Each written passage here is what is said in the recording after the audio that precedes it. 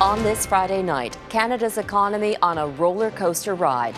COVID-19 infects the country's finances to a record low, and the signs a quick recovery is on the way.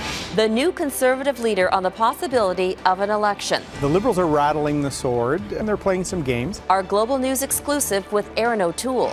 Strict rules take flight. The consequences for violators of WestJet's new face masks policy.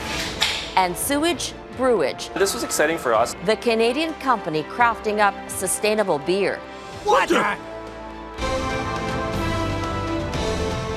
Global National with Donna Friesen.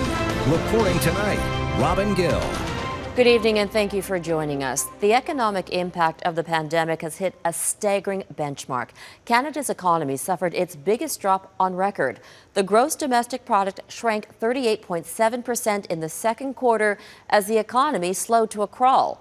Millions of Canadians were laid off during the widespread lockdown, and more than 8 million people turned to the federal government for financial support. So, is the worst behind us? Our chief political correspondent, David Akin, joins us with more on the record drop and the promising new signs of a rapid recovery. David? Well, Robin, Canada's economy was also the worst in the world for that period, April through June, and that's because the federal and provincial governments shut down businesses and schools and kept them shut down through most of the quarter in order to prevent the spread of COVID-19. Canada's economy is built on three pillars: consumer spending, business spending, and international trade. And in the second quarter, all three of those pillars took a pounding like never before. Household spending plunged 13%. With shops and restaurants shut down, consumers did not have many places to spend their money. Business investment dropped 16.2%. StatsCan chalked that up to limited construction activity, plant closures, low oil prices, and overall uncertainty. Exports sank by 18.4%, while imports sagged by 23%. Blame that on plant shutdowns and a border closed to tourists.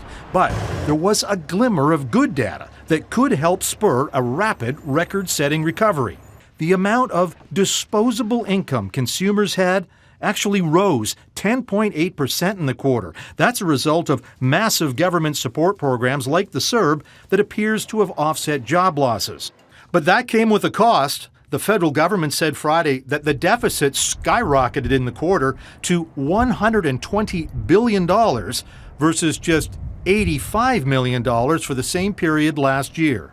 In any event, that means there's a lot of pent-up consumer buying power ready to help rapidly reinflate the economy. And indeed, that is just what is happening. Canada's GDP is on a pace already to set a record for a jump in GDP in the current quarter. And this time, Canada's economy is outperforming the United States and most of its peers, and that's because Canada is doing a better job than most others in keeping COVID-19 under control. Robin? David Akin in Ottawa. Thanks, David. A COVID-19 vaccine development deal between Canada and China has been scrapped. The National Research Council of Canada says the CanSino Biologics vaccine has not been approved by Chinese customs for shipment to Canada. Clinical trials were supposed to be done at Halifax's Dalhousie University. The government says it's now focusing on other partners and potential COVID-19 vaccines. We have to keep reevaluating that situation, and we may be looking at more than one vaccine. So I think that, I guess the bottom line to your question is yes, we sort of keeping all of those options open, and we'll continue to do so. Canada-China relations have been strained since Beijing detained Canadians Michael Kovrig and Michael Spavor in apparent retaliation for the 2018 arrest of Huawei executive Meng Wanzhou in Vancouver. Newly minted Conservative leader Erin O'Toole has a potential election to plan for just days into the gig. He sat down today with our Ottawa Bureau Chief Mercedes Stephenson for his first one-on-one interview since his victory. Mercedes? We're here with the West Block in downtown Toronto to meet with the brand new Conservative leader, Erin O'Toole.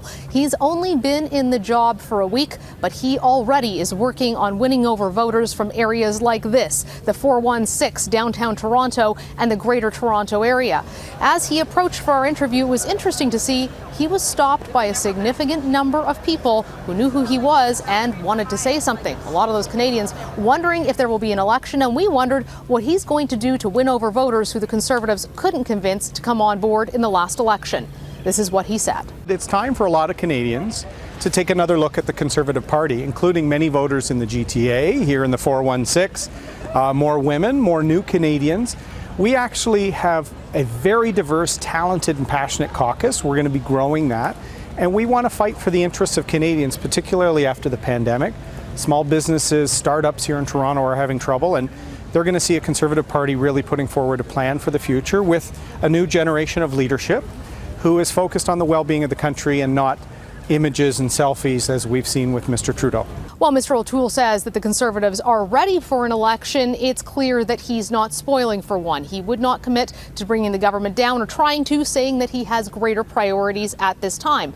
Among those priorities, helping to look after Canadians during the pandemic. And while the opposition has been very critical of the Liberals' approach, we asked them what they would do differently to help Canadians through a second wave of COVID-19 and to get the Canadian economy back on track. We're going to have their back because we want them to have a job.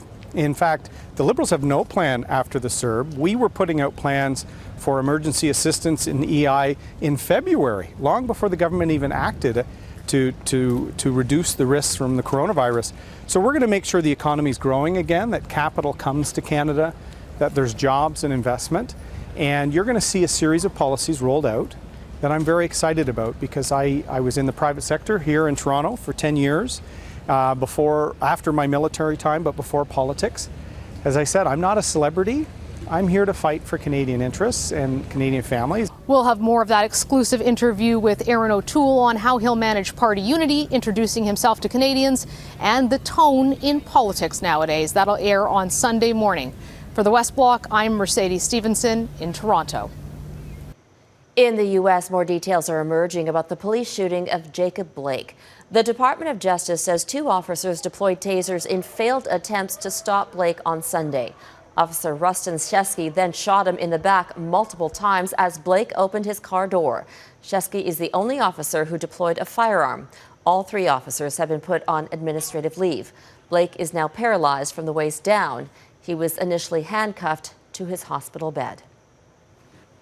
Every black person in the United States is going to stand up. We're tired. That is Jacob Blake's father speaking to tens of thousands today at the March on Washington. It was on this day in 1963 that Dr. Martin Luther King delivered his celebrated I Have a Dream speech. Today, his son followed in his footsteps and urged everyone to make a difference by voting. The strength must be exercised by more than rhetoric and more than marching. The simple challenge before us is that everyone can cast a ballot, and everyone who can must cast a ballot. And that ballot that is cast must be counted. That November vote has America divided more than ever. President Donald Trump accepted his party's nomination last night at the Republican convention, but he ignored the growing calls for change and focused on claims that electing Joe Biden would bring lawlessness to America. Tonight, Jackson Proskow looks at how the campaign between 2 very different candidates could play out. A night of defiance from the White House lawn. The fact is, we're here and they're not. As Donald Trump accepted his party's nomination, hundreds gathered outside the fence to protest his presidency. A preview of a coming campaign that will look like no other before it, amidst a raging pandemic, an economic collapse, and a nation on the march over systemic racism. These things are touching people on a daily basis. And so for that reason, I think it's really different because it really hits home with everybody in the United States, not just a few people who might be adversely affected. Donald Trump and Joe Biden agree on only one thing, that the very future of the country is at stake. This is a life-changing election. This will determine what America is going to look like for a long, long time. And this election will decide whether we will defend the American way of life or whether we will allow a radical movement to completely dismantle and destroy it. It's Trump who finds himself in a bind, down in the polls, and left to argue that America under Joe Biden would suffer from the ills that arrived under Trump's presidency. No one will be safe in Biden's America. Biden faces the challenge of being a traditional Democrat at perhaps the most untraditional time in American history. This campaign isn't just about winning votes. It's about winning the heart and, yes, the soul of America. A stark choice for voters when so few remain undecided. Both campaigns know that they have a strong base that really wants nothing else than to defeat the other guy. The election may come down to who shows up at the polls, driving both men to strike fear into the hearts of their supporters, that if the vote doesn't go their way, the country might never recover. Jackson Proskow, Global News, Washington. The NBA will resume its playoff schedule tomorrow after agreeing to commitments that made players comfortable continuing. Play stopped Wednesday in frustration with the police shooting of Blake in Wisconsin. The players and the league will establish a social justice coalition focusing on issues such as criminal justice reform and voting access. Voter suppression, which often includes the elimination of polling stations, has disproportionately affected black and other minority voters. A move by some of America's biggest sports teams will help with that, while also enabling safer voting during the pandemic. Several teams are turning their stadiums into polling stations for the November election. At least 12 teams from the world of basketball, baseball, football, and hockey announced the move to allow fast, safe, and socially distanced voting. The LA Clippers, Golden State Warriors, New Jersey Devils, and Pittsburgh Penguins are all part of the push. The remnants of Hurricane Laura are hitting the southern U.S. tonight with heavy rain and powerful winds. Hundreds of thousands of people across Louisiana are still without power or water after the storm made landfall yesterday morning. In hard-hit Lake Charles, the city's mayor says some residents could be without basic services for weeks. At least 6 people were killed in the storm, mostly from falling trees. Laura is one of the most powerful hurricanes to hit the U.S. Forecasters say it could strengthen to a tropical storm again this weekend. In Australia, 3 people died when a wild windstorm tore down trees in that country's second largest city. 2 drivers died when their cars were crushed, and a 4-year-old boy was killed after being struck by a falling tree. Winds reached 158 kilometers an hour in Melbourne. The storm knocked out power to 56,000 homes. A massive cleanup is underway. A Canadian airline unveils a new policy. Coming up, what could happen to passengers who don't wear a face mask? Plus, jobs fizzling out. How much Coca-Cola is cutting its workforce.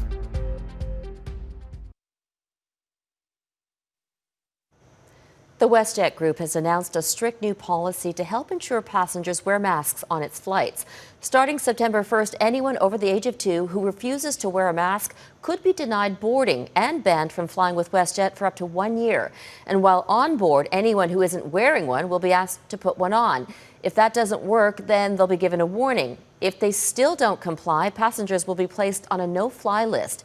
Travelers will also have to put in contact information at check-in to help with contact tracing in case anyone with COVID-19 boards a flight. So far, there have been no reports in Canada of transmission during a flight. The pandemic is behind major job cuts at Coca-Cola. The world's largest beverage company is slashing 4,000 jobs in Canada, the U.S., and Puerto Rico. Coca-Cola says it will involve a mix of voluntary buyouts and involuntary cuts. The company is also streamlining its drink portfolio to focus on more popular drinks. In the second quarter alone, sales dropped 28% due to the closure of venues like stadiums and movie theaters. 2 TikTok celebrities are facing criminal charges for allegedly hosting pandemic parties. Bryce Hall and Blake Gray are accused of holding 2 parties earlier this month, despite LA's ban on large gatherings. The social media stars share a home in the Hollywood Hills. The city says it's not aware of any COVID-19 cases linked to the parties. Still ahead, a tale of 2 Toms. The Hollywood actor strikes the right key with a Canadian typewriter collector.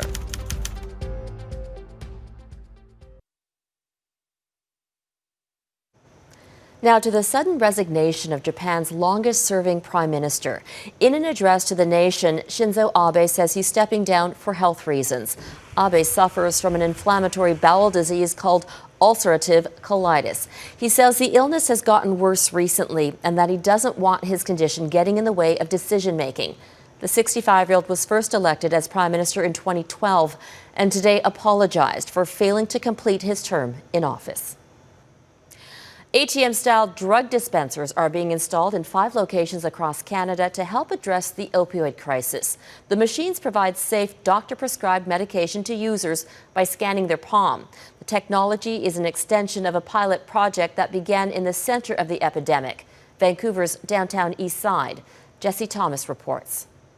It was during a panel talk in 2017 when the idea came to Dr. Mark Tyndall. He was speaking about ways to tackle the overdose crisis. When it occurred to him, why not provide a safe supply of drugs in vending machines? The media picked up on it fast. After maybe 20 interviews of backtracking, I came to the conclusion that that's the best idea I ever had. Nearly 6,000 kilometers away in Dartmouth, Nova Scotia, Corey Yantha had already been working on a prototype dispensing machine designed to distribute cannabis. He reached out to Tyndall to see about collaborating. You know, I'm not sure if you thought about the technology, but we have a solution here that can distribute these products to registered users in a secure, low-barrier way. Last December, the first MySafe verified identity dispenser was set up in Vancouver's downtown east side as part of a safe drug supply pilot project. It looks like an ATM, but it's filled with a prescription opioid called hydromorphone. It scans users' hands to access their pills. We've dispensed over 4,000 packets of Schedule I narcotics. Among the 20 people enrolled in the initial project, Tyndall says there were no overdoses. It's a promising result at a time when leaders are searching for solutions. Between January 2016 and December 2019, more than 15,000 people died of apparent opioid overdoses, and the crisis is escalating. This past May, British Columbia reported 174 suspected opioid overdose deaths, a record high. That record was broken a month later with 177 deaths. In July, another 175 people died. Tyndall says current opioid drug strategies are failing and more must be done to provide users with a safe supply. If we're watching people buying poison and just standing around with naloxone kits trying to revive them, I mean, how many years do you want to do that? Earlier this summer, the company behind the drug dispensing machines received a $500,000 loan from Atlantic Canada Opportunities Agency to expand. 3 more dispensers are being set up in BC. Machines are also headed to London, Ontario, and a location right here in Dartmouth, Nova Scotia. This project is needed in a number of communities across Canada, and we're looking at expanding this further. The hope is that by making safe drugs available, these machines can help get the crisis under control. Jesse Thomas, Global News, Dartmouth, Nova Scotia. If you're old school and still have a typewriter, you'll like this next story. One of Canada's last remaining typewriter technicians received a special thanks from Tom Hanks. The Hollywood actor replied to a letter from Saskatoon's Tom Tulowski, who first wrote to Hanks to thank the movie star for being the celebrity face for typewriter collectors, which he believes has helped spark interest and bring back business. On Facebook, Tulowski said he's honored and speechless. Up next, the secret ingredient in Alberta's new beer. Scientists in India have detected ultraviolet light from what is believed to be one of the earliest galaxies in the universe. The light was seen using AstroSat, India's first multi-wavelength satellite. The findings, published by the journal Nature Astronomy, could help explain the origin of light after the Big Bang. Brewers in Calgary have discovered a greener way to make beer, but one ingredient will get your attention. Besides the hops and barley, mixed in Calgary's wastewater. The treated brew meets the bar set by Alberta's health authorities, but as Heather Yerkes-West explains, it may take some convincing to get people sipping these suds. Okay, it's not the most appetizing of thoughts. To think that water that began here in your shower or toilet could end up in something you might drink. But a Calgary brewery insists their new wastewater beer is pretty good. It's a natural golden ale, 4.5% alcohol, and it's a golden bubbly craft beer. The small batch craft brew was born from a partnership with the University of Calgary and Xylem Water Solutions. The goal here is to show that with proper treatment, recycled water can be put to all kinds of new uses. Landlocked countries globally are already having to look at water reuse, just to irrigate and have water in their homes. As climate change progresses and there's less glaciers melting into the rivers, water reuse is going to become a bigger and bigger deal. A third of the world's population is currently living in areas where freshwater resources are under stress, a number that is expected to double within 5 years. In Singapore, recycled water is already being used routinely. Treated wastewater currently meets more than 30% of the country's water needs. This was exciting for us just because of the sustainability piece. I mean, the beverage industry obviously uses a lot of water, so any way we can kind of reuse and give back is obviously exciting to us. Of course, tainted water can be very dangerous. Any kind of contamination has the potential to make people very sick. That's why the water used for these brews was treated carefully, using processes guided by public health. The water, as I said, went through some different treatment technologies, nanofiltration, advanced oxidation, then through reverse osmosis. The result, a wastewater beer that has been so well received. A week after its launch, it's almost sold out. Heather Urichs, West Global News, Calgary. A drink to think about. And that is Global National for this Friday. I'm Robin Gill. Tonight, Your Canada is Fork Lake in northern Alberta. We would love to see your corner of the country, so please keep sending your photos to viewers at globalnational.com. Thank you for watching. Jeff Semple will be here tomorrow, and I'll see you back here on Monday. Have a great weekend.